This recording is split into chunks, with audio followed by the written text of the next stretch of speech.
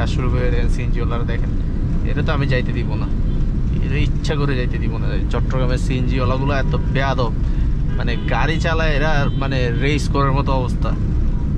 Just মানে একটুখানি gap পাইছে ওইখানে ঢুকাই দিতে চাইছিল। মনটা চায় মাঝে মধ্যে এগুলাকে মানে থাপড়ায় কান্দান ফাটাই ফেলি। চিটাঙে সিএনজিওয়ালারা বেশি বেয়াদব, বেশি বেয়াদব। চিটাঙে গাড়ি চলা একদম মজা নেই, কারণ রোডে কোনো রুলস নাই, যে যেদিকে পারে ওইদিকেই মোটামুটি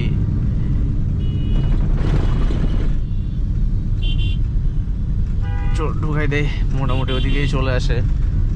কারো কোনো রুলস মেনটেন করার প্রয়োজন নেই। আর চিটাঙের সবচেয়ে বাজে ড্রাইভিং করছে সিএনজিওয়ালারা, এরা খুবই বেয়াদব। এদের ড্রাইভিং স্কিল আরও বেয়াদব, আরও খারাপ। এরা অলওয়েজ তারার মধ্যে থাকে, মানে এরা গাড়িকে অলওয়েজ ট্রাই করে ফুল গিয়ারে রেখে একদম টপ স্পিডে চালাবে।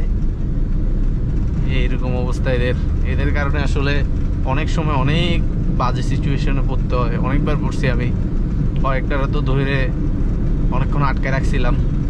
আসলে এদের সাথে তর্ক করাটাও আসলে ভুল, কারণ এরা হচ্ছে এরকমই, এরা কখনো শুধরাবে না। যতদিন না দেশের আইন কঠোর হইতেছে ততদিন এরা শুধরাবে না। সো এদের সাথে তর্ক করে লাভ নাই। আরেকটা দেখো না, গাড়ি চালাইতেছে এত সুন্দর রাস্তার মধ্যে কি আসতেছে। যাই হোক, থাকতে পারে প্রবলেম, তো আরেকটু সাইডে চালানো যায়, বাট চালাবে না। তো এই আর কি, এই হলো আমাদের রোডঘাটের অবস্থা। যদিও এখন ফ্লাইওভারের উপরে আছি, নিচে প্রচুর জ্যাম, অলমোস্ট 1 আওয়ার জ্যাম ঠেলে ঠেলে ঠেলে ঠেলে লালখান বাজার ফ্লাইওভারের উপর উঠতে পারছি।